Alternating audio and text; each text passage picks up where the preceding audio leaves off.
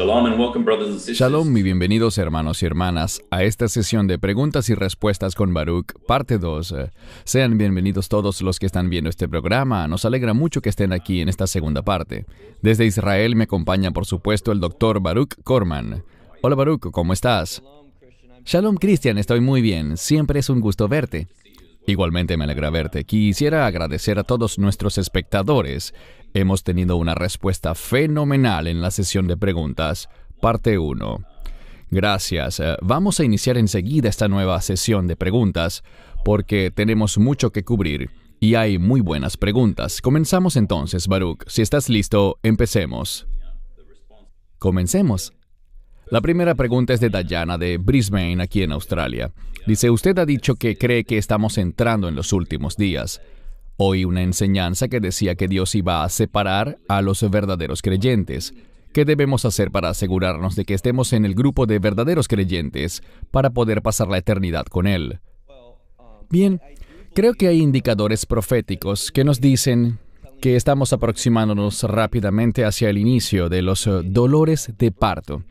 Y recuerden que los dolores de parto vienen antes de los últimos 7 años. Pero pasemos a la pregunta central.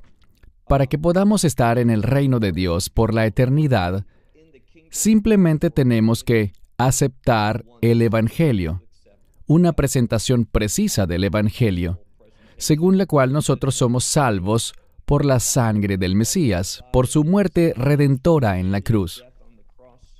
Aceptar eso, desear apartarnos del pecado.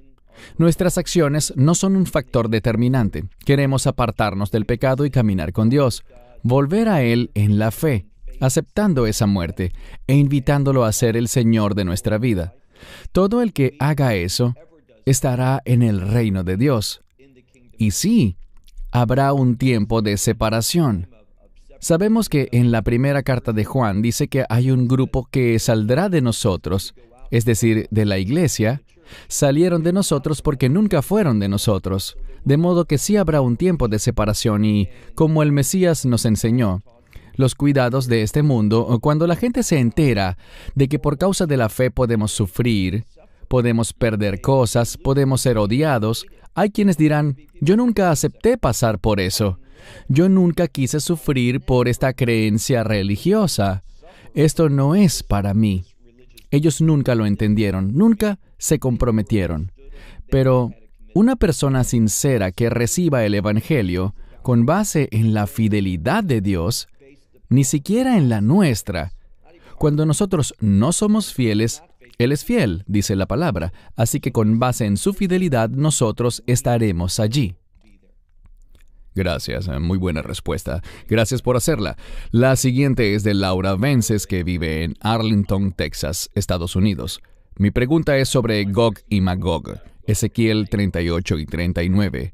Entiendo que la guerra de Gog y Magog sucederá después del rapto. Dr. Baruch, ¿puede dar un poco más de detalles? Hago esta pregunta porque vi a Sonia Waters y a David Diamond, quienes entrevistaron al Dr. Korman. La entrevista fue en hebreo y se tradujo al español. Ellos preguntaron sobre Gog y Magog y estoy segura de que el Dr. Baruch dio la respuesta correcta. Es más bien una confirmación lo que quiere Laura entonces. Así es, recuerdo esa entrevista. Ella está en lo cierto. El rapto sucederá antes de la ira de Dios. Muchos evangélicos, hay unos pocos que no lo ven de esta manera, pero la mayor parte considera que el rapto sucederá antes de la ira de Dios. Hay algunos desacuerdos con respecto a cuándo empieza la ira de Dios, pero sabemos una cosa. Después de la abominación desoladora, comenzará lo que se llama la angustia de Jacob. Habrá persecución, el peor período de persecución para el pueblo judío. Y eso no será originado por la ira de Dios. Aunque la ira de Dios será derramada en el mundo, Dios va a preservar al pueblo judío, así como lo hizo en la tierra de Goshen durante las plagas en Egipto. Él va a proteger a Israel de la ira. Ellos serán perseguidos debido a su renuencia, a que se negarán a aceptar al anticristo, y eso hará que las naciones del mundo se vuelvan en su contra. Eso es parte de la guerra de Gog y Magog. Así que el Mesías removerá a la iglesia, hará el rapto antes de la batalla de Gog y Magog. Y al final de esa batalla es cuando sucederá la segunda venida, cuando el Mesías destruirá.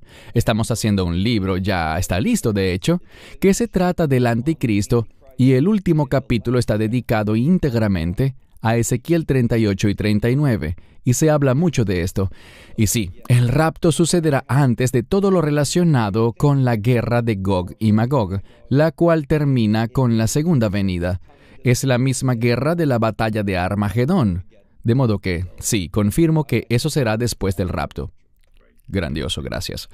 Gracias, Laura. La siguiente pregunta es de José Daniel Moria Landazuri. Él pregunta, ¿cuál es la relación entre el número 666 en Primera de Reyes, capítulo 10, verso 14, y el 666 del Apocalipsis, capítulo 13, verso 18?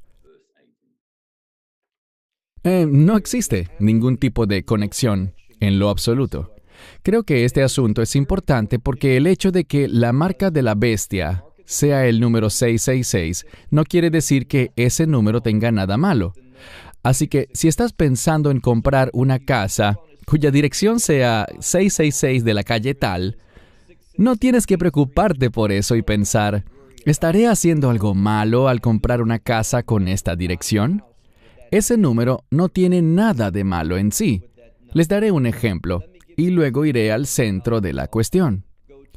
Antes de que lo hagas, disculpa, Baruch, y perdón por interrumpir, ese es un buen comentario y estoy de acuerdo contigo. Sin embargo, soy un poco desconfiado cuando veo a las personas que van en sus autos y el número de matrícula es 666, porque creo que muchas veces piden específicamente ese número para sus matrículas y pienso que algo no está bien con ellos.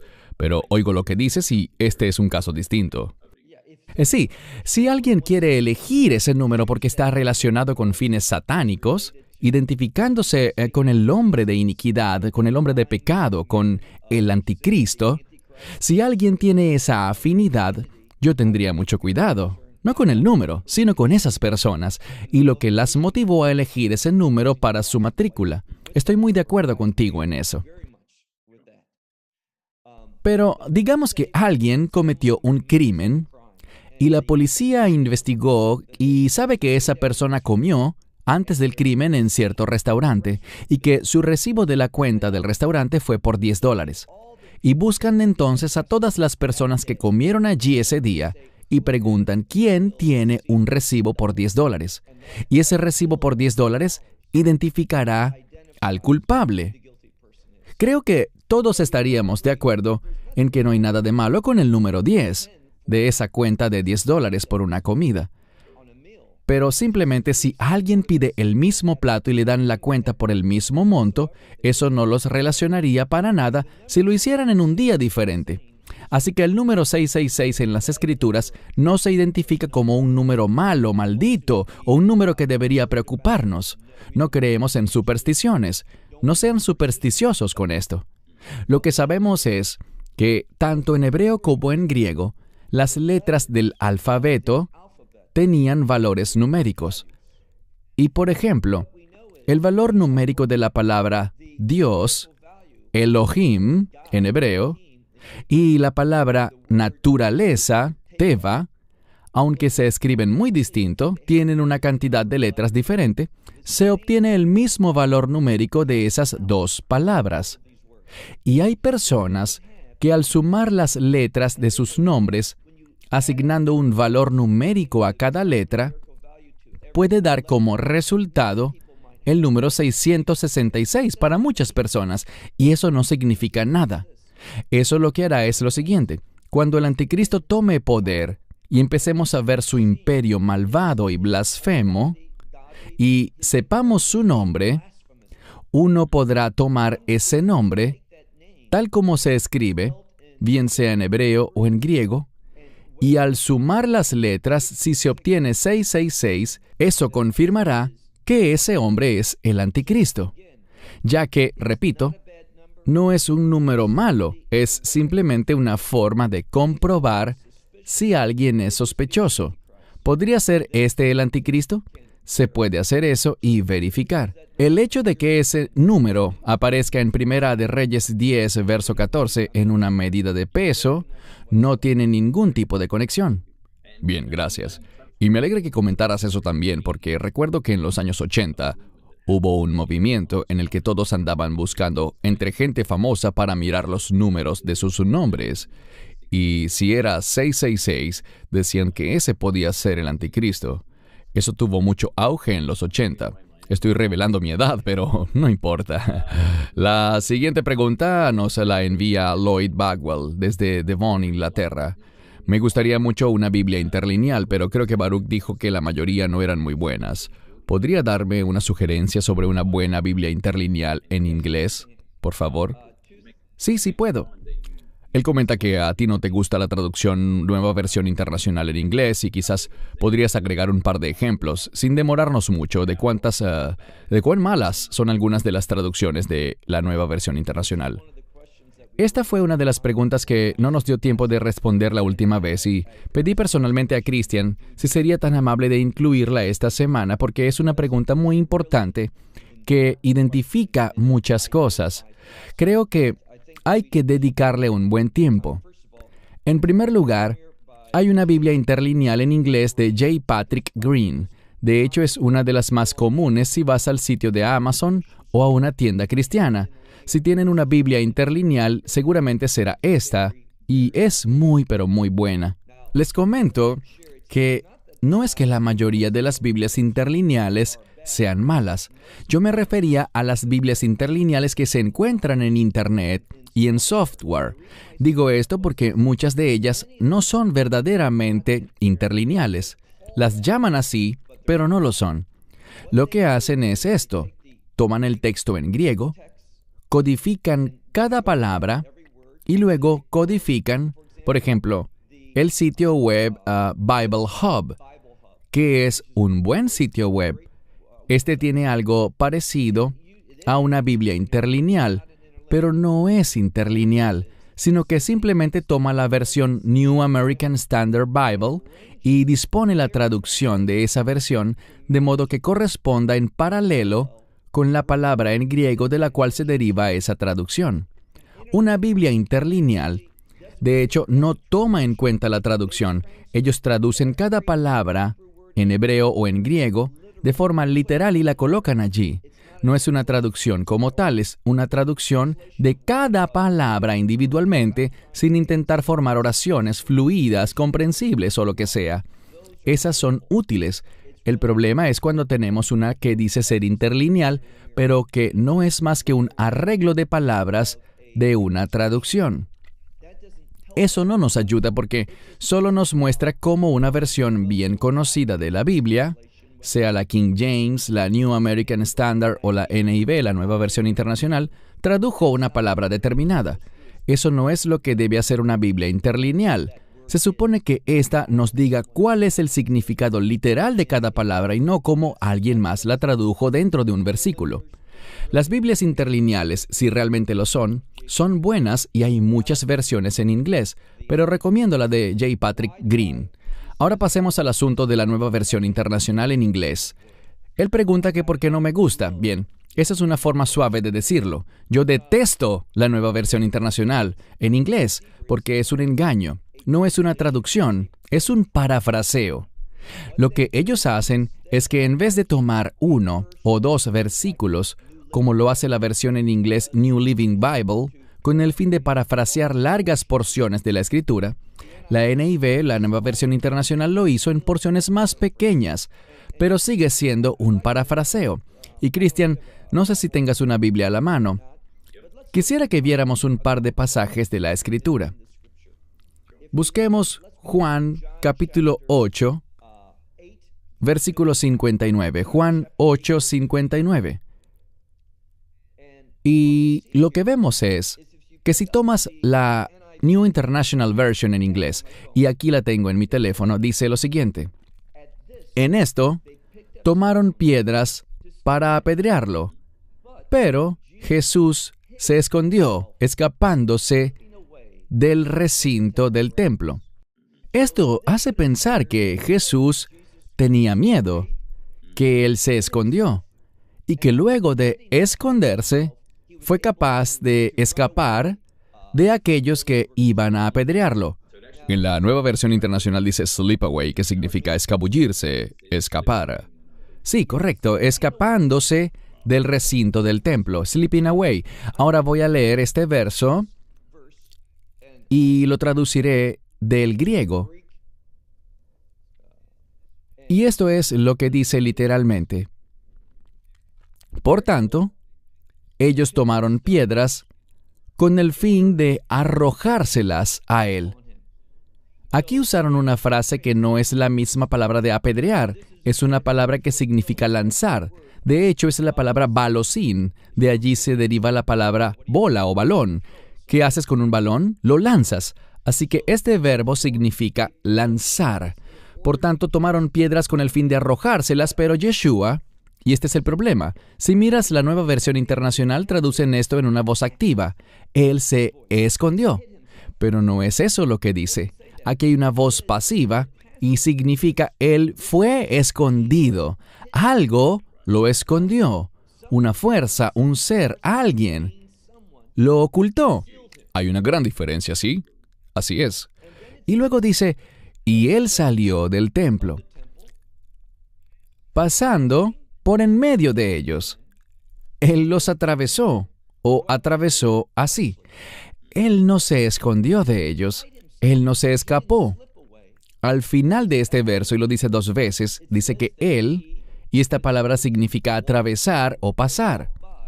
Él pasó justo al lado de ellos. Y en la segunda vez dice, Él atravesó también así.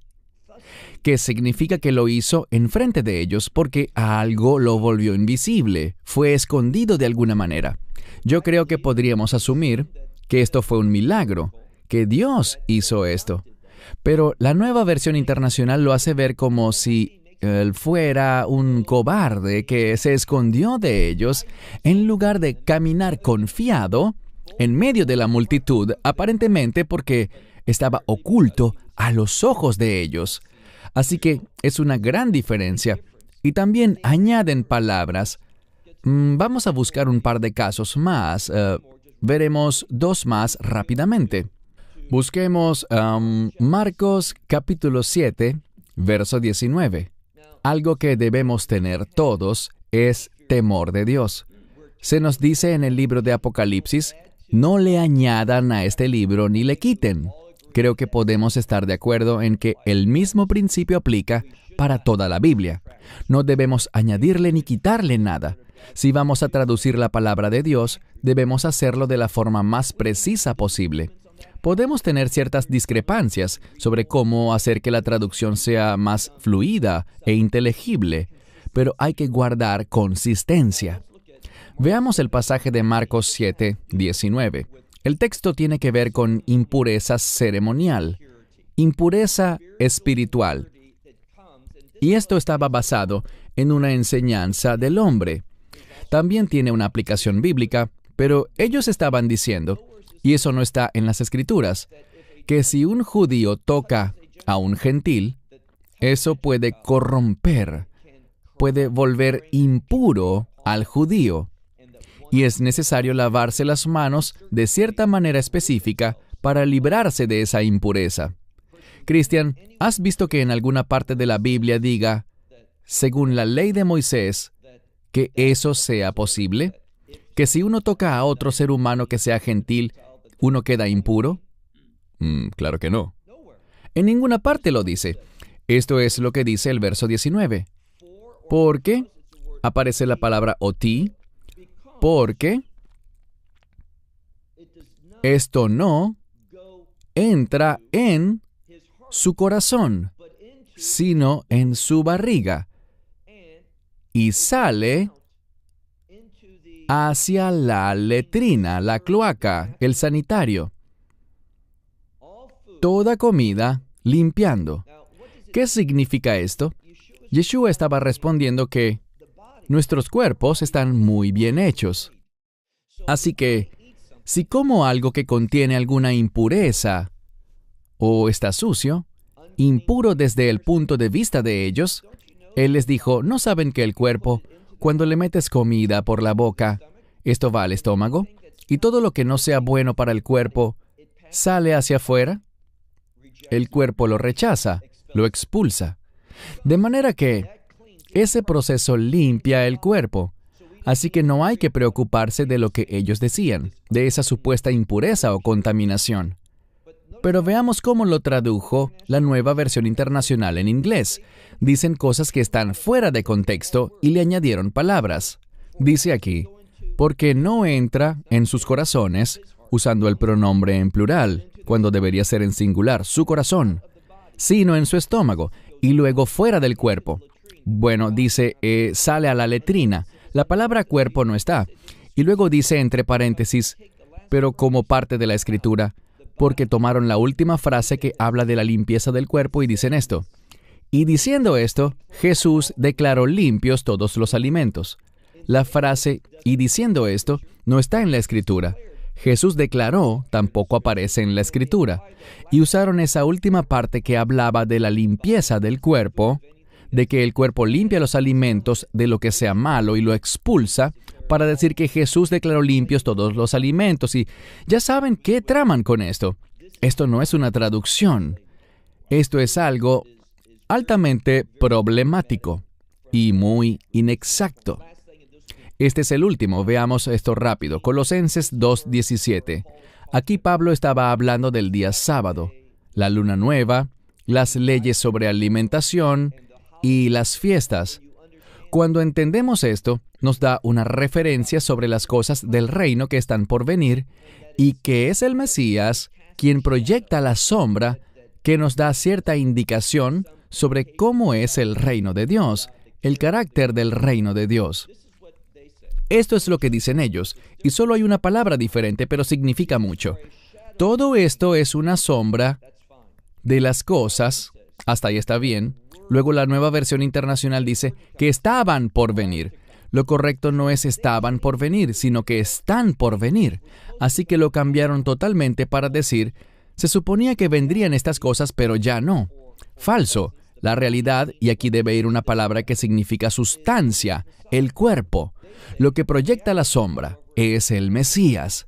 Dice aquí, la realidad, sin embargo, se halla en Cristo. Las palabras se halla en Cristo no están en el original.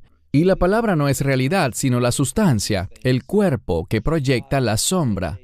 Vemos que el Mesías se relaciona con estas cosas, el Shabbat, las fiestas, las leyes alimentarias y esas cosas. Así que esto realmente es un perjuicio y por eso no me gusta la Nueva Versión Internacional en inglés. Buena respuesta y muy buena pregunta, Lloyd. Gracias. Pasemos a la siguiente pregunta. Esta la envía Aubrey Anders de Lake City, Texas. Estoy en un grupo pequeño y estamos estudiando Romanos. Vamos por los capítulos 9 al 11. ¿Podrías explicarnos cómo entiendes el término elección y las decisiones humanas? El término elección siempre se asocia a un punto de vista teológico cargado de mucho bagaje. La elección es uno de los 5 puntos principales de la teología reformada o del calvinismo. Esa palabra tiene que ver con elegir. Y encontramos que muchos son los llamados, pero pocos los escogidos. Este verso de por sí pone en aprietos a esa perspectiva de la gracia irresistible, que es otro de los principios de la teología reformada, que dice que cuando Dios ofrece su gracia, lo hace de una forma que es irresistible, y que solo se la ofrece a los elegidos, a esos que Dios ha escogido. Así que como yo lo veo, la elección de Dios, lo que Dios ha escogido, ¿por qué Dios escoge a esos a quienes llama? Porque Él llama a muchos, pero no todos son escogidos. Tiene que ver con lo que la Escritura llama conocimiento de antemano. Siempre debemos preguntar, y lo que les digo a mis amigos de la teología reformada, y con muchos de ellos tengo desacuerdo sobre esto, pero seguimos siendo amigos. Les digo, ¿cuál es la relación entre elección y conocimiento de antemano? Los dos suelen aparecer en el mismo contexto. Nunca saben cómo responderme. Si algún teólogo de la Reforma nos está viendo, lo invitamos a escribirnos un correo que responda cuál es la relación entre la doctrina del conocimiento que Dios tiene de antemano y la elección. Pero, ¿cómo funciona esto? En este caso, ser escogido tiene que ver con estar en Cristo. De modo que la elección se refiere a los que están en Cristo. Uno se halla en Cristo y Él sabe desde antes de la fundación del mundo, sabe de antemano quiénes estarán en el Mesías. Pero la elección, muchos la ven como que Dios elige desde un vacío a la gente y los hace que sean regenerados por la soberanía de Dios, que Él elige que sean regenerados para que ellos tomen una decisión, la cual no es una que toman libremente, sino que viene como resultado de la obra regenerativa de Dios. Bíblicamente hablando, la regeneración viene después de la salvación. Así que, ¿cuál es la relación? Dios, por medio de la conciencia, por su palabra, por testimonio, por muchos medios se puede compartir el Evangelio. Una persona lo escucha, su conciencia, incluso si está perdida en pecado, muerta en transgresiones, su conciencia aún puede tomar decisiones. Muchos de los que están perdidos pueden afirmar cosas santas. No matarás. Mucha gente perdida diría, estoy de acuerdo con eso, es cierto. No debes mentir, estoy de acuerdo, eso es así. Y otro de los principios de la teología reformada es la depravación total. Somos incapaces de salvarnos a nosotros mismos, pero eso no significa que no podamos responder a la revelación antes de ser regenerados. La salvación viene primero y luego la regeneración. Una persona que se base en la conciencia que Dios le ha dado, que se base en la revelación, esa persona elige y esa elección los hace ser escogidos por Dios y formar parte de los elegidos de Dios. Correcto, gracias. La siguiente pregunta es de Robbie. ¿Qué significa en Sofonías 1:8? Cuando llegue el momento del sacrificio del Señor, castigaré a los líderes y los hijos del rey, también a los que visten vestido extranjero. La pregunta específica es, ¿a qué se refiere con vestido extranjero? Sí, he revisado esto y hay un par de posibilidades con respecto a lo que he pensado que podría ser este vestido extranjero. Es la palabra nokri. Y nokri significa, similar a la palabra goy, significa gentil. También puede referirse a Israel, pero específicamente nokri es la palabra que se usa en el Antiguo Testamento para referirse a quienes no tienen una relación de pacto con Dios, que están apartados de la revelación de Dios. Y es una advertencia. Hay una palabra en hebreo que es importante en el judaísmo y es la palabra hitboleilut, que significa asimilación. Se refiere a los que no quieren responder al llamado de Dios, sino que quieren apegarse a las costumbres y al estilo de vida de quienes no tienen conexión con Dios. Por lo que, habitualmente, la asimilación tiene que ver con adoptar una filosofía totalmente secular. Y lo que Dios está diciendo aquí es que los que llevan vestidos, y el vestido puede referirse a las obras, vemos que las obras justas o la justicia de los santos son las buenas obras, por lo que la vestimenta de justicia de los santos son las buenas obras. Esas personas son quienes han adoptado un estilo de vida pagano, un comportamiento pagano. Se han asimilado para concordar con el mundo, no para concordar con las cosas de Dios, y por eso Dios los juzgará. Eso es lo que dice Sofonías. Bien, gracias. Buena pregunta y buena respuesta. Siguiente pregunta de Brenda Robinson en Georgia, Estados Unidos. ¿Qué opina el Dr. Corman del hecho de que actualmente los cristianos adoran a Dios el día domingo? Hay una denominación que cree que desobedecer el cuarto mandamiento está vinculado a la marca de la bestia, que los que adoran el día domingo son desobedientes y no serán salvos. La mayoría de los cristianos adoran el domingo. ¿Qué opina usted? Hay muchos puntos problemáticos en esa pregunta, y es bueno discutir esos puntos. En primer lugar, no hay ningún basamiento bíblico para asociar el adorar el domingo con la marca de la bestia.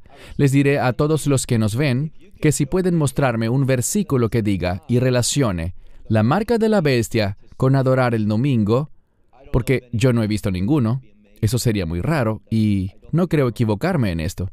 Segundo, y mucha gente hace esto, no es correcto considerar el día del Shabbat, el séptimo día, como el día de adoración. Todos los días son días de adoración. El Shabbat nunca es visto como un día reservado únicamente, aparte de otros días, específicamente para adoración. El Shabbat es un día de descanso, es un día en el que no se vive de la manera habitual, tomando tus propias decisiones, sino que uno se restringe de acuerdo con las instrucciones de Dios. Así que esas denominaciones que tienen su servicio de adoración principal en el día sábado, en Shabbat, en vez de ser el primer día de la semana, no están guardando el Shabbat para nada, según lo que dice la Biblia. Por ejemplo, muchos de ellos conducen autos. Cuando subes al auto y arrancas el motor, eso hace una combustión. Hay una quema de gasolina. Esa es una violación. Así que hay mucha ignorancia y falta de conocimiento acerca de lo que verdaderamente es el Shabbat. Lo último que diré es esto. Debemos adorar a Dios todos los días, y no hay nada de malo con las congregaciones que eligen reunirse el primer día de la semana, que fue cuando ocurrió la resurrección del Señor, con que santifiquen ese día y adoren en forma colectiva en ese sentido. Pero si alguien quiere adorar un miércoles o un jueves, eso también está bien. El problema es que esa adoración no significa que se esté honrando el día del Shabbat. Hay algunos que enseñan que el Shabbat es un día de la semana que apartamos para Dios, pero eso no es lo que el Shabbat enseña. No es apartar un día de la semana a Dios. Se trata de un día donde se adopta una conducta específica. Él santificó el séptimo día, no cualquier día, el séptimo día. Así que es falso decir que por el hecho de que la gente acuda a los servicios de su iglesia en domingo, eso sea pecado, o que esté mal, o que eso los vaya a afectar espiritualmente. No es así, ni difiere tampoco de otros días. Buena respuesta, gracias, y estoy muy de acuerdo. Gracias por aclarar esto sobre el Shabbat, y también por decir que cada día debería ser de adoración. Eso es importante. Quizás Brenda se refería a que, aunque no estoy muy seguro, pero he visto mucho sobre esto y creo que la Iglesia Católica hace la mayoría de la adoración el día domingo. Y al ver los orígenes paganos de la adoración al sol, quizás a esto se refería. Pero gracias por aclarar ambos puntos. Y tienes razón, cada día debería ser de adoración. La siguiente pregunta es de Olive de Alemania. Perdón, olvidé mencionar que pidieron unos libros en Alemania. Y Olive van en camino. Esto para nuestra audiencia en inglés. Olive dice, mi pregunta es sobre Apocalipsis capítulo 1, verso 10. Aun cuando conozco las diferencias entre el día del Señor y el día del Mesías, aquí en Apocalipsis capítulo 1, verso 10, Juan nos dice que Él estaba en el Espíritu en el día del Señor. Es obvio que no se refiere al día de la ira, pero tampoco al día del Mesías. ¿A qué se refería Juan al escribir en el verso 10 que estaba en el Espíritu en el día del Señor? Con mucha frecuencia se debate sobre esto. Ella está en lo correcto. No tiene nada que ver con el día del Señor, el juicio de Dios, ni tampoco tiene que ver con el día del Mesías, en el cual sucederá el rapto. Viendo esto de manera amplia, en un amplio espectro de la doctrina cristiana, algunos dirían que el día del Señor, al que se refieren aquí, es de hecho el día del Shabbat. Otros dirían que, como parece ser, según la historia de la Iglesia, de los primeros padres, creo que hay versos que señalan esto, que de hecho se reunían el primer día de la semana. Hablaremos de por qué era así y su significado en un momento. Quizás, pero este primer día de la semana también podía ser llamado el día del Señor. Así que Juan recibió esta visión, esta conexión con Dios, según dirían muchos, en el Shabbat, en el séptimo día de la semana. Otros dicen que es el primer día de la semana. No sabemos eso, no podemos ser dogmáticos, pero ella tiene razón, no tiene nada que ver con el día del Señor o el día del Mesías. Bien, gracias. Buena pregunta, Olive. La siguiente es una muy buena pregunta y le envía NC.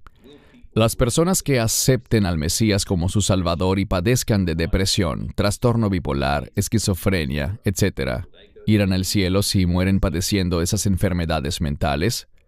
Buena pregunta. Es una pregunta muy importante porque he oído que la gente dice a menudo, que las personas que tienen ese tipo de problemas se debe a falta de fe, que eso manifiesta desobediencia, que no han reclamado su sanación y cosas así. Yo diría que si una persona, Dios no lo permita, sufriera de cáncer, enfermedades del corazón o de depresión, si ha aceptado el Evangelio, estará en el reino de Dios. Ningún versículo dice que si tienes enfermedades mentales o físicas, eso te descalifique para entrar al reino de los cielos o que eso anule el Evangelio que recibiste. Así que queremos afirmar de forma muy contundente que en el caso de esas personas que trágicamente sufran de ese tipo de enfermedades, eso no afecta el poder del Evangelio, la promesa del Mesías de recibirlos. Ellos estarán en el reino de Dios. Y creo que abordaremos otra pregunta que tiene que ver en parte con esto. Estos problemas mentales pueden ser químicos, pueden ser físicos, puede que no tengan nada que ver con el plano espiritual. A veces sí, pero reitero, incluso los problemas espirituales que no necesariamente se manifiestan de la forma que dice esta mujer, pero ¿qué hay de la ira incontenible? ¿Qué hay de la duda? ¿Qué hay de problemas en el espíritu? Conocemos a una persona que, si alguien hace algo con lo que él no está de acuerdo, y Cristian, no soy yo, no estoy hablando de mí mismo, si crees que soy yo, pero no. Para esta persona es casi imposible soltar el asunto. Esta persona tiene que arremeter contra la gente y lo hace de forma tan intensa y ferviente que es verdaderamente una enfermedad espiritual. Y está perdido por eso. Él está luchando con eso. Él ha tomado conciencia de eso y no queremos hacer una doctrina de algo que en las Escrituras no aparece. Así que estas personas estarán en el reino de los cielos, igual que las personas que sufran de cualquier tipo de enfermedad física. Muy bien, excelente pregunta y excelente respuesta. Mencionaste algo y voy a desviarme un poco, pero seré breve. Estoy totalmente de acuerdo. Ponemos nuestra esperanza en Dios Padre. Hay mucho que ponemos en oración. La oración tiene poder. Él puede sanar a personas con cáncer. Tengo un testimonio personal de eso. Quizás lo comparta en otro momento. Dios ha hecho cosas milagrosas. Lo buscamos a Él primero, pero también le doy gracias a Dios por los médicos. A veces, según el lugar donde estés en tu caminar con el Señor, no recomendaría alejarse de los médicos si están cuidando de ti. No hay nada de malo en eso. De verdad le doy gracias a Dios por los médicos también. Dejaremos ese tema para otra ocasión. La siguiente pregunta la envía Caroline desde Ottawa, Canadá. Ella pregunta, ¿cómo aumento mi fe? Tras un cuidadoso examen, creo que no tengo tanta fe como debería. Jesús dijo que si yo tenía fe y no dudaba, podía decirle a este monte, quítate y échate al mar, y eso sería hecho. Quiero tener una fe como esa, y creo que todos lo queremos. ¿Qué debo hacer para llegar a ese punto en mi vida? Creo que hablamos de eso en discusiones anteriores, Baruch, pero es una buena pregunta. Adelante. Todos necesitamos aumentar nuestra fe. La fe no es algo que sea estático. Puede aumentar y también puede disminuir. La fe involucra nuestra sumisión, nuestra aceptación de la verdad de Dios. Todos debemos aumentarla. Lo hacemos al orar, al leer la Escritura, lo hacemos al sujetarnos a las cosas que sí sabemos, y al hacer eso, Dios hará su obra en nosotros. Él va a edificarnos. Entonces, obedecer lo que sí sabemos es un medio para aumentar nuestra fe, crecer espiritualmente y madurar en la fe. Y sí, hemos hablado de esto, pero quiero mencionar algo brevemente. Sobre este pasaje, si el entendimiento que tiene Caroline de este pasaje es que hay gente que puede señalar a un monte y decirle, desarráigate y échate al mar y será hecho, pues no conozco a nadie con una fe así de grande. Esto no es lo que dice este pasaje. Él se refiere a un monte particular, no a cualquier monte, sino al monte de los Olivos. Y sabemos que cuando vuelva el Mesías, ese monte se dividirá en dos. Una parte se moverá hacia el Mar Muerto y otra hacia el Mediterráneo. Se abrirá una brecha. Así que Él lo que dice allí es que si todos nosotros tuviéramos fe, basados en la verdad de Dios, y la gente estuviese lista espiritualmente, si pudiésemos decir, bueno, ya estamos listos, haz que ese monte se divida, el Mesías vendría, y ese sería el resultado. Allí no está diciendo que tengamos el poder, si tuviésemos una gran fe, de ocasionar cambios geológicos o geográficos. Allí se nos está diciendo que podemos crecer hasta el punto en el que estemos de acuerdo con Dios, y cuando la gente está de acuerdo con Dios, sujetándose a Él, y Él está hablándole a Israel. Allí están los discípulos a la luz de Israel. Y si Israel se endereza, ese monte se movería y vendría el reino de los cielos. Él está listo para el reino. Somos nosotros, su pueblo, e Israel, quienes no estamos listos para el reino. Él está esperando por nosotros. Nosotros no estamos esperando por Él. Él está esperando por nosotros para que estemos listos espiritualmente. Correcto, gracias, Baruch. Tristemente, mucha gente en el mundo de la fe o los del movimiento de la nueva reforma apostólica hacen un mal uso de este pasaje de una manera tremenda. Gracias por aclararlo. No digo que Carolyn sea como esa gente, pero he visto cómo ese pasaje suele ser usado de mala manera. La siguiente pregunta es de Bernie, desde Kansas, Estados Unidos. ¿Los creyentes del Antiguo Testamento como David tenían un nuevo corazón y fueron nacidos de nuevo? De nuevo, estas son preguntas teológicas muy importantes. Hemos oído el término santos del Antiguo Testamento. Ahora bien, hay algunos teólogos del pacto que responderían a esa pregunta sí y sí. Yo diría no y no. La razón de eso es la siguiente. La Escritura dice, y me refiero a Efesios capítulo 1, Primera de Pedro capítulo 3, también vemos referencias a esto en Lucas 16, y hablo de lo siguiente. Sabemos, y la Escritura da testimonio de esto, eso sucedió. Cuando el Mesías murió en aquel madero, fue sepultado y la Escritura dice que Él descendió al centro de la tierra. Él fue a un lugar llamado el Sheol, donde Él predicó. Él fue hacia aquellos que estaban presos en el Gehinón, en el infierno. Y esos eran los que no tenían fe en las promesas de Dios. Y les predicó sobre sí mismo y les dijo por qué estaban ellos siendo atormentados. Luego fue con los que estaban en el seno de Abraham, Hek Abraham. Y se les llama Hek Abraham porque Abraham creía en Dios. Él creía en las promesas de Dios. Esas personas estaban allí porque creían en un Redentor que vendría, en el Mesías, pero no sabían quién era el Mesías. Él fue allí. Y la Escritura dice que tomó cautiva la cautividad. La Escritura dice en Isaías que Él expandió el infierno. Así que actualmente no existe el Hek Abraham. Cuando alguien muere, éste va o al infierno o al reino de los cielos. Porque el Mesías dijo que donde Él está, nosotros estaremos para siempre. Él nos llevará. Ciertamente al morir, iremos con Él. Así que los que estaban allí, David y otros más, aunque tenían fe, aunque no tenían la fe del nuevo pacto porque ellos no conocían el nombre de Yeshua, Jesús, Jesus, cualquiera sea el idioma que hables, así que ellos no eran salvos aún, no tenían un nuevo corazón. No fue sino hasta que Él llegó allá y les reveló quién era Él, que ellos le recibieron, y por tanto allí recibieron esa nueva condición, y por eso el Mesías los tomó cautivos. Él los reclamó en ese momento. No lo hizo antes de ese momento, hasta que se reveló a sí mismo. De modo que me mantengo firme en mi posición. Ellos no tenían un nuevo corazón. La Biblia habla en el Antiguo Testamento de Lev Nehón, un corazón establecido o corregido. Pero eso es distinto a una experiencia de ser nacido de nuevo. David dijo en los Salmos, «No quites de mí tu Espíritu Santo».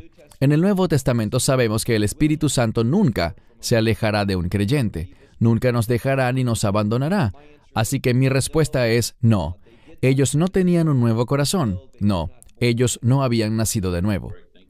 Bien, gracias. La siguiente pregunta la hace Claire desde Bristol, Reino Unido. Es un poco larga, pero creo que es muy relevante para estos tiempos que vivimos. Tiene que ver con la vacuna contra el coronavirus. Desde la lógica, la vacuna contra el COVID puede salvar vidas y evitar o portar una enfermedad que puede matar a otros. Desde lo espiritual, esto podría ser la marca de la bestia y tener el potencial de transformarse en eso, en cuyo caso, por supuesto que no la quiero.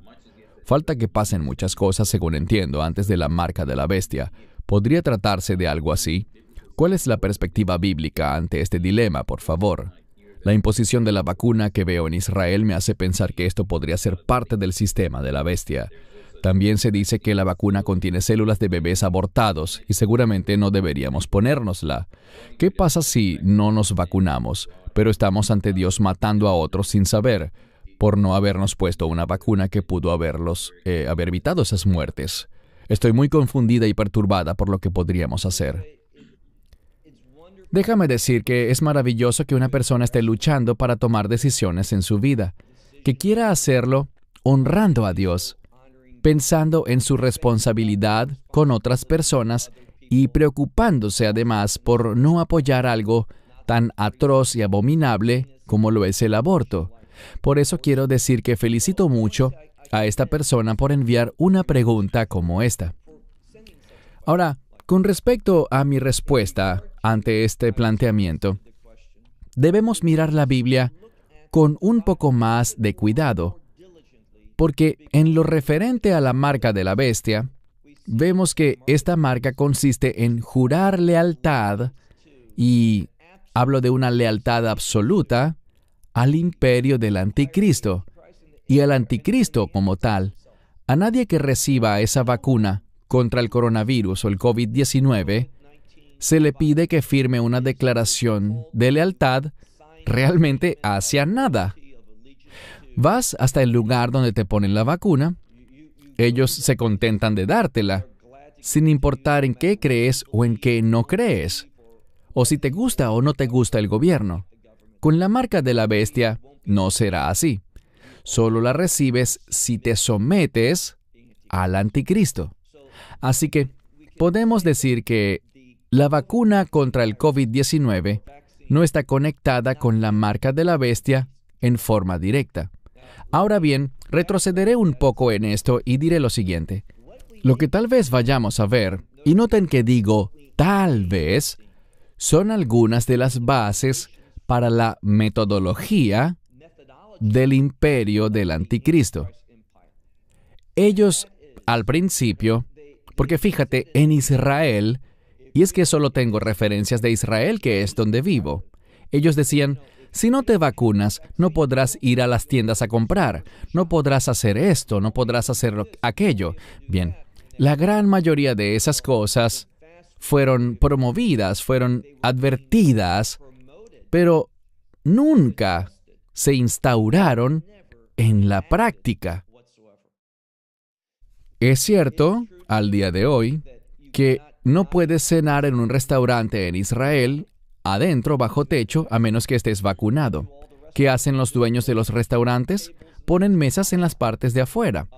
He ido a un par de restaurantes y al entrar, nadie me ha preguntado si estoy vacunado o no. Ellos no quieren preguntar eso. No están motivados a impedir que la gente entre. Va a llegar un momento en el que sin la marca de la bestia no podrás comprar ni vender nada. Así que vemos un tipo de fundamento en el sentido de ese tipo de control por parte del gobierno. A mí me inquieta ver que muchos gobiernos, la gran mayoría de los gobiernos, han manejado esto de una manera que busca quitar libertades, aumentar el poder de ellos, pero la vacuna no está directamente relacionada con la marca de la bestia, punto número 1. Ahora vamos con lo de los bebés abortados. Sé que hablo también en nombre de Cristian y Margarita, y la posición de nuestra organización respecto a esto. No tenemos desacuerdos en eso. Nosotros odiamos el aborto. Eso está mal. No queremos hacer absolutamente nada que le dé algún tipo de credibilidad o validez a esa abominación, al asesinato de bebés no nacidos.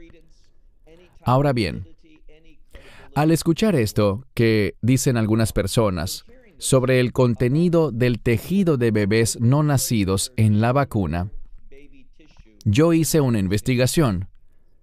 Revisé muchos sitios diferentes y según lo que puedo discernir al respecto, lo que ellos habían desarrollado a partir de células de bebés abortados, en 1985, ellos habían hecho una especie de cultivo a partir de células de líneas celulares fetales o de infantes, no del tejido. Fue una investigación que fue capaz de producir algo a partir de esas células de bebés abortados. Eso les permitió crear esas líneas celulares fetales. No estoy seguro de qué sea, pero es lo que decía las investigaciones que leí. Este es el problema. No estoy contento con esto. Yo me opongo a eso. Pero muchas sustancias médicas que la gente está tomando hoy han sido derivadas de ese mismo tipo de tecnología. Así que debemos ser conscientes. Y si no queremos usar ese tipo de tecnologías, y yo estaría de acuerdo en eso porque no es bueno, pero esto abarca una gran variedad de cosas y es difícil de saber a ciencia cierta.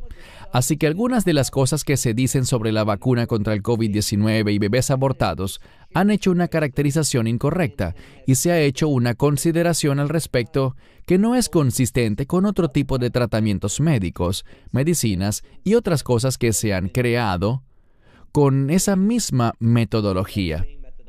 Así que nuestra posición es que es un asunto complicado, estamos en contra del aborto, nunca le recomendaría a alguien que tome eso, pero no diría que es malo tomarlo. A manera de información, mi esposa y yo nos vacunamos. Yo no sabía sobre esto acerca de la investigación que se usó y se desarrolló. De haberlo sabido, ¿habría tomado una decisión distinta? Tal vez. Creo que es un asunto difícil con el cual la gente debe lidiar y orar al respecto. Lo último que diré es esto. Si alguien no se siente inclinado a vacunarse, no debería pensar que, debido a eso, están actuando de mala manera hacia los demás y que si alguien se contagia y ellos la portaban, son asesinos. Yo estaría muy lejos de tomar una posición tan ridícula como esa. El simple hecho de no ponerse una vacuna no significa que seas culpable, especialmente cuando esta vacuna no ha sido probada debidamente, del modo en que otras vacunas han sido probadas. Y no estoy muy interesado en vacunas en muchos sentidos, pero sí. Esto ha sido aprobado en medio de una situación de emergencia, lo que significa que muchos de los requisitos para la aprobación final han sido omitidos.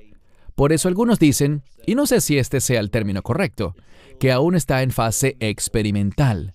El director de Pfizer estuvo aquí hace algunas semanas y le dio las gracias a Israel por ser su laboratorio y permitir que hicieran investigaciones. Israel recibió la vacuna, muchas dosis. Se hizo un acuerdo para esto, porque ellos pueden acceder a mi expediente médico con respecto a esta vacuna, mi reacción a la vacuna, etc., a cambio de recibirla. Así que Israel ha sido una especie de laboratorio para la vacuna.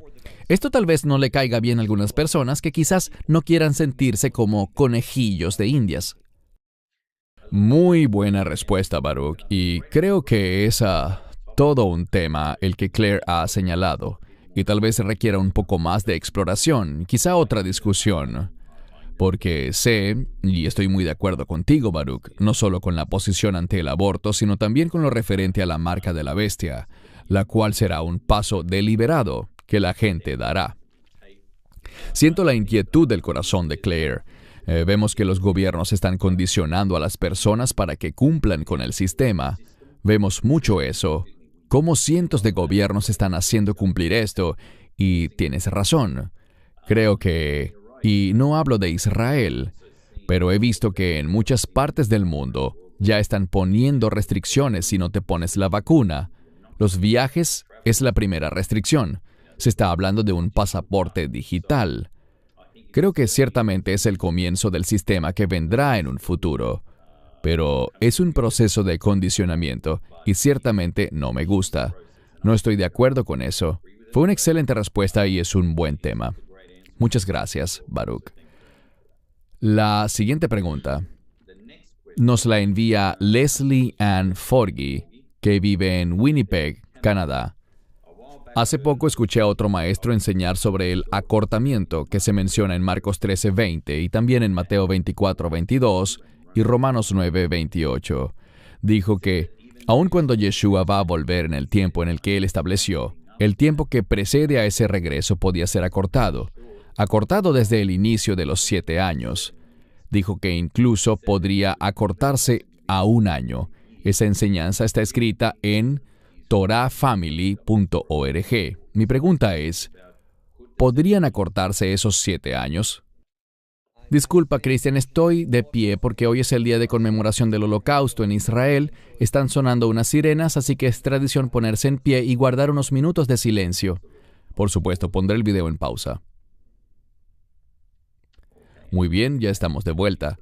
Gracias por eso, Baruch. ¿Podrías explicarle a los espectadores lo que acaba de pasar? Es muy interesante. Sí. Aquí en Israel, hoy es el día de la conmemoración del Holocausto. Anoche cerraron todas las tiendas como a las 7 en punto para el servicio que es transmitido en los canales israelíes para conmemorar el Holocausto. Y ya es de mañana, ahora son las 10 en punto en Israel cuando estamos grabando esto, y sonó la sirena. Es tradición que todos se pongan de pie y guarden 2 minutos de silencio, mientras recordamos las atrocidades y las cosas horribles que vivió el pueblo judío durante el Holocausto. Eso fue lo que pasó. Eso es muy importante, gracias. ¿Te importaría repetir la pregunta? Seguro, claro que sí. Es una pregunta de Leslie Ann Forgy, que está en Winnipeg, Canadá. Hace poco escuché a otro maestro enseñar sobre el acortamiento que se menciona en Marcos 13:20, Mateo 24:22 y Romanos 9:28.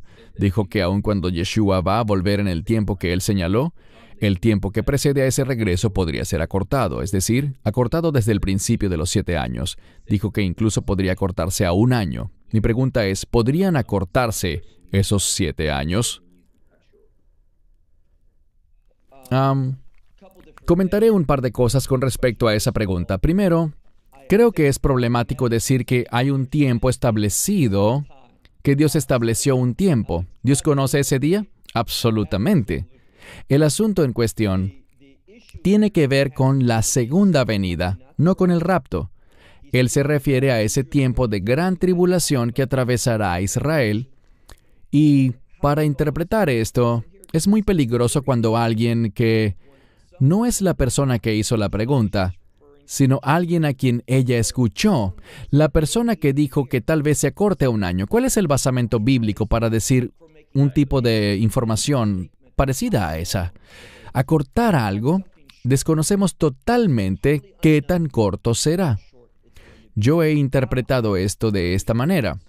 Si buscas el libro de Josué, todos conocemos el pasaje donde dice que el sol se detuvo para que los hijos de Israel pudiesen arremeter contra sus enemigos de una forma más devastadora.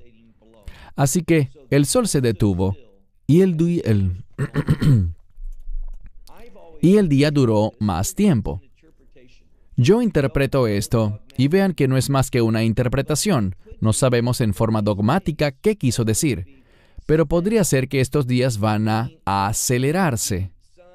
Es decir, que el sol podría moverse. Dios está en control del sol, las estrellas, la luna, todo. Él puede reducir esos días haciendo los días más cortos para que sean menos los judíos asesinados. Sabemos por el libro de Zacarías que 2/3 del pueblo judío morirá durante ese periodo conocido como la angustia de Jacob. ¿Qué significa que los días sean acortados? Una opinión, que puede ser o no cierta, es que el sol se moverá más rápido, la noche llegará antes y eso se mantendrá durante cierto tiempo. Otros dirían, no tienes basamento para decir eso. Es solo una perspectiva del Antiguo Testamento de lo que Dios hizo en el pasado. Y estoy de acuerdo, es solo una opinión, y es peligroso considerarla como una respuesta definitiva. No sabemos qué significa esto. Lo que sí sabemos es que ese asunto de acortar el tiempo no es para la iglesia, sino que es con el fin de salvar a Israel. Lo que debemos aprender y sacar de esto es algo más grande, que muchas iglesias ignoran.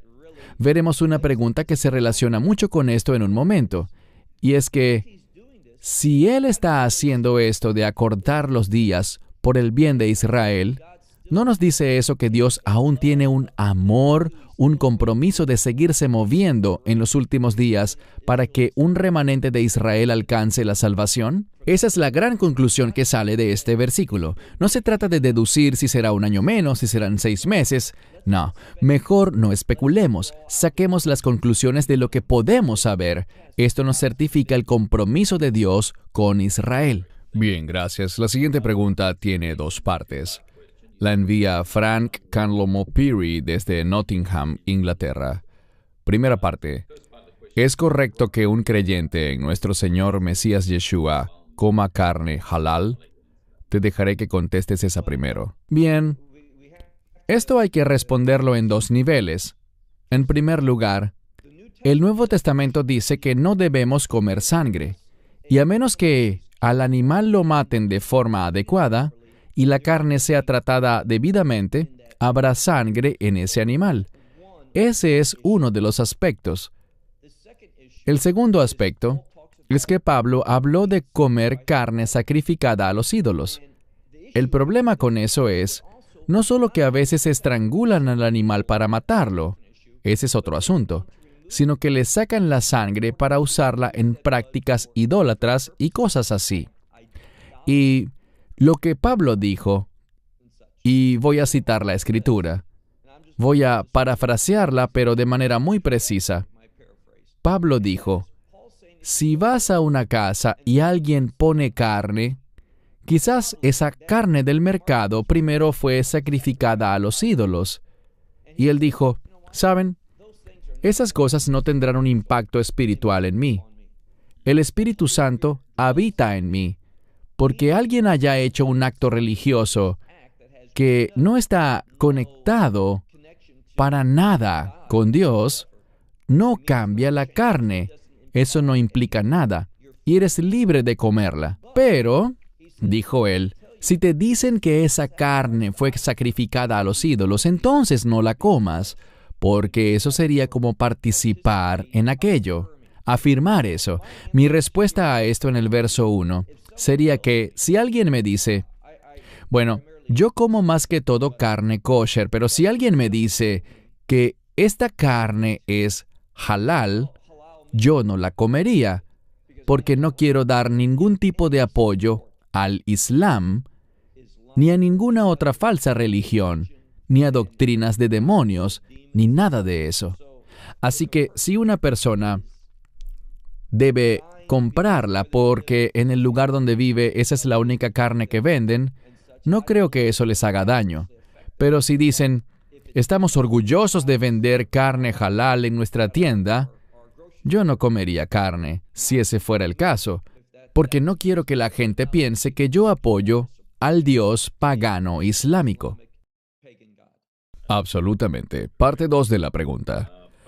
En cierta congregación creen en los escritos de William Hendrickson en lo referente a la tierra de Israel, el milenio, el rapto y el libre albedrío. ¿Qué nos aconseja con respecto a unirnos a esa congregación? Bien, hice una investigación sobre William Hendrickson y voy directo al grano. Es un teólogo muy peligroso. Te aconsejo encarecidamente que te salgas de ese grupo. Si ellos se apegan a sus doctrinas, es mejor que no tengas nada que ver con ellos. Él adoptó doctrinas que son anti-Israel. Diría que son antisemitas. A veces la gente adopta teologías antisemitas sin ser antisemitas, sino que eso es lo que se les enseña, y no lo consideran como tal. Pero normalmente los que se meten de lleno en eso y lo promueven, tienen algunos problemas con eso. Así que, en pocas palabras, sal de esa iglesia y no te relaciones para nada con ellos. Buena respuesta, totalmente de acuerdo, gracias. La siguiente pregunta la envía Michael Martínez desde Houston, Texas, en Estados Unidos. Sabemos que Dios es muy específico respecto a cómo desea que lo adoremos, por cómo él describió la construcción del tabernáculo, los sacerdotes, el arca, etc. También sabemos que el arca no estaba presente en el segundo templo. El ministerio de Jesús fue durante ese período. ¿Por qué era aceptable para él y todos los demás que no hubiese arca? Cuando Dios ordena la construcción del segundo templo, no se menciona esto. ¿Por qué eso ya no era importante? ¿Me estoy perdiendo de algo? No creo que él se esté perdiendo de algo. Más bien, tiene algo de más, y es lo siguiente. La opinión de que no había arca en el templo, y esto lo he dicho en otros mensajes también, suelo señalar que esta opinión viene del Gemara, que es la parte principal del Talmud. En Masejet, en una sección llamada Yoma, en ninguna parte de la Biblia dice que no estaba el arca de la alianza u otro de los instrumentos. Eso es algo extrabíblico en su origen. Eso por un lado. Así que debemos tener cuidado cuando decimos, sabemos que no había. La única forma en que sabemos eso es por una fuente no bíblica, que puede ser cierta como puede que no lo sea.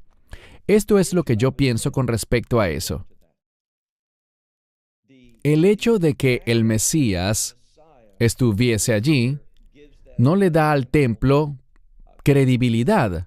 Él fue a Jerusalén, él fue allá, pero él reprendió continuamente la administración del templo. Así que él tampoco dio su aprobación de lo que se estaba haciendo allí, ni de cómo lo estaban haciendo. No dijo que eso fuese aceptable para Dios, todo lo contrario. Yo afirmaría con mucha firmeza que él condenaba las prácticas del segundo templo. Respecto a eso, además, sabemos que el judaísmo estableció una plegaria durante el cautiverio babilónico para restaurar las cosas de manera perfecta según las instrucciones de Dios. Eso es lo que ellos esperaban que Dios hiciera, para que cuando esto finalmente se hiciera, fuese un indicador de los tiempos finales. Y esta es una pregunta muy común. Muchas personas dicen, desde una perspectiva un poco distinta, que el Mesías fue allá diciendo, yo quiero afirmar a Jerusalén, quiero afirmar este lugar, el monte del templo, quiero afirmar que este edificio es donde estaba el templo de Dios y afirmar que iba a ser restaurado para que lo fuera y que por eso fue ahí. Pero sus palabras respecto a las prácticas del templo no fueron de apoyo o aprobación. Todo lo contrario, no fue así. Bien, gracias. Queda poco tiempo, pero hay unas preguntas muy buenas que quiero cubrir. Una es de Laurie desde Powell, Tennessee, en Estados Unidos, en referencia a la Cena del Señor. Ella dice, he asistido a congregaciones cristianas toda mi vida, 60 años, que se reúnen los domingos. He tomado la Cena del Señor o la comunión el primer día de la semana, pero he tenido ciertas reservas en cuanto a si esto debería hacerse en la Pascua y no el domingo. La razón que siempre me dan es el pasaje de Mateo 26, versos 26 al 29, y Hechos 27, entre otras. La Biblia dice que las veces que se haga esto, ella cita el pasaje de Hechos 27. Y de hecho, si se hace un estudio detallado, vemos que ellos se reunían en Motzei Shabbat, sábado en la noche, que sigue siendo el primer día de la semana. Eso lo sabemos. Y los primeros creyentes se reunían en ese momento. No era norma para los primeros creyentes reunirse en Jerusalén el domingo en la mañana. ¿Por qué?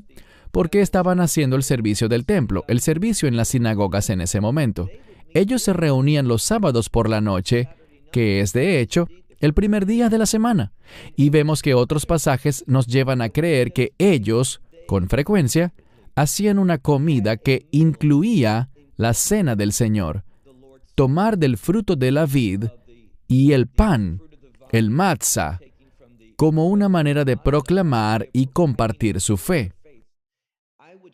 Yo concluiría que ellos hacen esto a menudo, pero se trata de una ordenanza que Él instituyó el día antes del tiempo tradicional para recibir el ceder de la Pascua. y era para que ellos entendieran lo que estaban haciendo. Así que es muy bueno en esa hora normal de la fiesta de los panes sin levadura, porque la gente debe darse cuenta de que no se come la Pascua en la Pascua, en un sentido estricto. Algunos hablan de toda la fiesta de los panes sin levadura y la Pascua bajo el término Pascua. Eso está bien, pero la Pascua como tal es un día, el día de preparación, y la Pascua se come el primer día de los panes sin levadura. La Pascua termina al ponerse el sol, cuando el Mesías fue sepultado, y al caer la oscuridad se come la comida de Pascua, pero eso es el primer día de la semana. Es muy bueno. Nosotros también hacemos la cena del Señor en familia. A veces vienen amigos. Hacemos eso en ese momento, pero no tiene nada de malo hacerlo en una congregación el día domingo o un miércoles. Aquí en Jerusalén les estoy hablando desde un lugar que está un poco al sudoeste de Jerusalén. Pero conozco una congregación que respeto mucho y ellos hacen la Cena del Señor. Se reúnen todos los miércoles en la noche y ellos son de la tradición Brethren. Son una congregación mesiánica, pero salieron del movimiento Brethren y ellos lo hacen los miércoles en la noche, solo ese día, y lo llaman Pascua. Así que está bien hacerlo un domingo en la congregación y es muy bueno hacerlo también, no solo una vez al año, sino también en la fiesta de los panes sin levadura durante el Seder de la Pascua. Así que no me preocuparía por eso. No es razón para separarse de una iglesia en lo absoluto. Muy bien, gracias. Siguiente pregunta de Steve desde Connecticut, Estados Unidos. Hablando con gente de la nación de Israel que no creen en Yeshua como Mesías, ¿es una pérdida de tiempo centrarse en linajes ancestrales como un medio para guiarlos a una discusión referente a la autoridad y validez de Jesús como Mesías? Bien, yo diría que es bueno entrar en una discusión sobre la autoridad, la validez, la obra, la persona, la importancia profética de Yeshua. Eso está bien. No sé bien a qué se refiere él con eso de linajes ancestrales. Yo le pregunto a mi esposa siempre que no sé algo y ella me lo aclara. Ella dijo que tal vez se referiría a la historia del pueblo judío o tal vez a la genealogía del mismo Yeshua y cómo eso está relacionado. Sí, correcto. ¿Tú estás de acuerdo con mi esposa también? Bueno, en fin, yo te diría que uses lo que sea que el Espíritu de Dios te inspire a compartir tu fe y hacer que la gente ponga su mirada en Yeshua. De nuevo, no sé bien a qué se refería, pero rápidamente diré que lo que me gusta hacer al predicar no es tanto pensar en algo que quisiera decirle a ellos, sino que me gusta llegar y hacerles preguntas. ¿Qué significa esto en la Biblia? ¿Cómo lo interpretas tú? Y luego de eso decirles, ayúdame con algo, siempre he creído esto. ¿Está bien eso? Y entrar en una discusión y hacer que la gente examine, más allá de mis palabras o alguna metodología para compartir la fe, me gusta que la gente mire y lea la Escritura conmigo. Y creo que al hacer eso, es como una invitación a que el Espíritu Santo ilumine su palabra en esas personas, y eso es lo que yo recomendaría. Dios ha honrado eso en el pasado, acercar a la gente a la palabra de Dios primero que todo. Absolutamente, gracias. Nos queda un par de preguntas. Esta nos la envía David desde Carolina del Norte, en los Estados Unidos. Segunda a Timoteo 2, verso 15, sobre dividir correctamente. ¿Cómo debería usarse? Ejemplo, en los últimos años se ha usado para inferir a quién le habla Jesús. Si le hablaba a los discípulos, entonces se dirigía solo a los judíos o era información para el resto de los creyentes. También se usa cuando los apóstoles le hablaban a un grupo o multitud. Bien, yo no creo que estos casos sean buenos ejemplos sobre cómo dividir correctamente la palabra de Dios. Si le hablaba a discípulos, yo soy un discípulo, y querer hacer una distinción entre el hecho de que los primeros discípulos eran judíos y podías tener personas creyentes no judías. Ciertamente lo que él dice, seas discípulo judío o gentil, es relevante. Y creo que esto es un uso indebido de este versículo de 2 Timoteo 2, acerca de la frase dividir correctamente.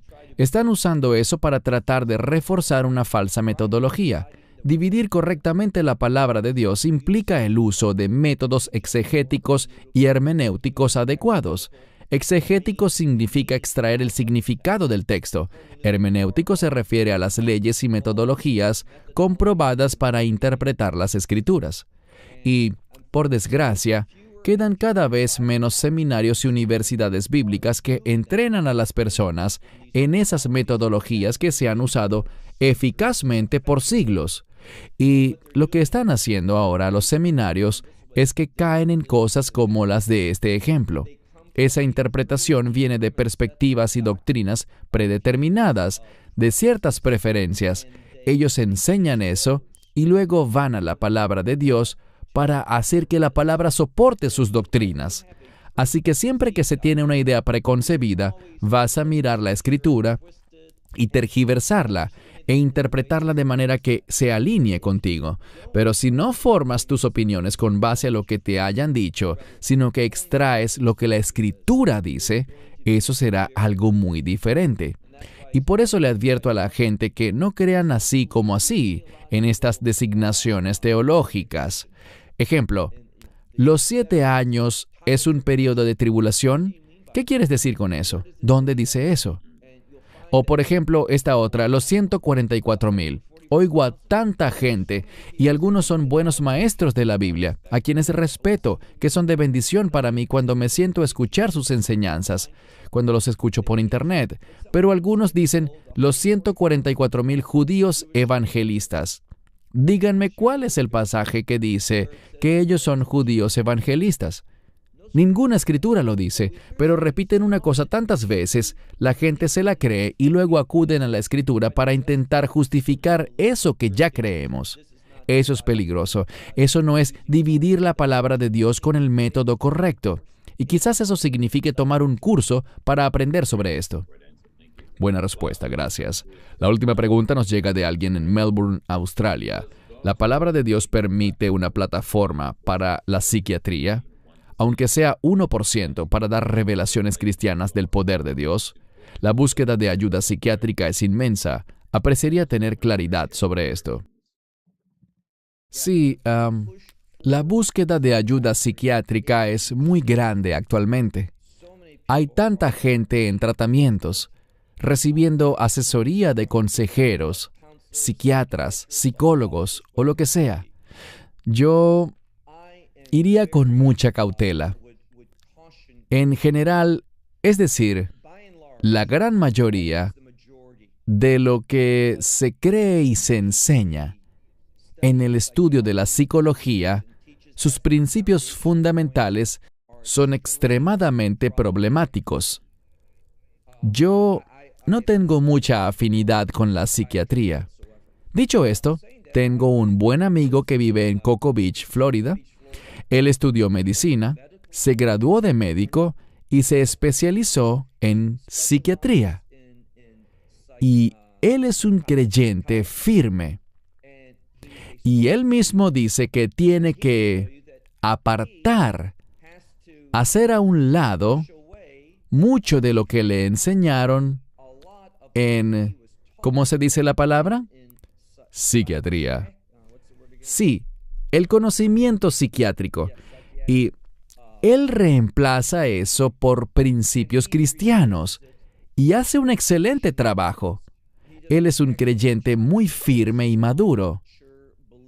Y lo hemos recomendado a personas para que vayan a consulta con él, porque él da consejería bíblica y, como es médico, si él discierne que alguien tiene algún desequilibrio químico, algo físico, él también puede recetar medicamentos. Así que, soy muy desconfiado en esto. Si alguien viene desde la perspectiva psiquiátrica y no es creyente, yo no les daría ni un 1% de confianza. Yo me opondría mucho ante tal situación. Sí, de acuerdo con eso. Bien, hermanas y hermanos, hemos llegado al final de la sesión de preguntas y respuestas. Gracias, Baruch, por invertir todo este tiempo para responder estas preguntas. Creo que fueron buenas preguntas también. Pedimos disculpas por las preguntas que no alcanzamos a cubrir. Una vez más, ha sido en aras del tiempo. pero oro porque hayan sido bendecidos por estas sesiones de preguntas que hemos hecho. Y si aún no se han suscrito al canal de YouTube de Love Israel, háganlo por favor. Si lo han hecho y les ha bendecido este video, hagan clic en el botón me gusta. Eso también nos ayuda. Y desde mi punto de vista, oro porque hayan sido bendecidos y edificados, y mientras que Dios sea glorificado, nuestra labor ha sido cumplida. Baruch, tus comentarios de cierre, por favor. Cristian, sí, aprecio mucho tu trabajo y lo digo con mucha gratitud. Aprecio que tomaras el tiempo de organizar todo esto, editarlo, enviarlo a nuestro equipo para que lo suban en diversas plataformas. Hemos recibido una respuesta muy grande en la que nos dan las gracias a todos nosotros y a ti por hacer estas sesiones. Así que espero que sigan porque creo que Dios está usando todo esto. Y quiero compartir esto no solo para mostrarte mi gratitud, sino que al hacerlo sirva como motivación para otros. Involúcrense en hacer la obra del Señor, en hacer ministerio. No saben quizás no estás consciente de lo que eres capaz de hacer para cambiar la vida de una persona, aunque sea, dándoles una esperanza eterna y una realidad eterna con Dios. Nunca sabrás cuál será el fruto hasta que lleguemos al reino de Dios y Él nos enseñe exactamente cuál fue. Así que involúcrate. Valoro, Cristian, que seas un ejemplo de todo esto. Gracias. Y miren, también ha sido un poco desmotivador para mí como creyente ver tantas falsas doctrinas, falsos profetas, el movimiento Palabra de Fe y el Evangelio de la Prosperidad. Pero ahora debo decir que estoy muy motivado al ver, por ejemplo, cómo el ministerio de loveisrael.org ha florecido y crecido durante los últimos 2 años. Me siento muy motivado al ver a tantos hermanos y hermanas, tantas personas allá afuera que están tan deseosos de recibir una enseñanza bíblica verdadera, lo cual es muy importante en estos tiempos que vivimos. Bueno, gracias a todos por ver este video. Baruch, gracias por tu tiempo una vez más. Oramos porque todos hayan sido bendecidos y esperamos verlos pronto. Shalom y bendiciones para todos. Nos vemos. Esperamos que te hayas edificado con el mensaje de hoy y lo compartas con otros. Te invitamos a seguir nuestros estudios cada semana por este canal y por el portal de YouTube de Amarás a Israel. También puedes descargar nuestra aplicación móvil gratuita, Mi Estudio Bíblico. Finalmente, para obtener más información sobre nosotros, visita nuestra web amarasaisrael.org, donde encontrarás otras conferencias de Baruch en audio, video y texto. Hasta el próximo programa. Que el Señor te bendiga en Yeshua HaMashiach, Jesús el Mesías, mientras caminas con Él. Shalom desde Israel.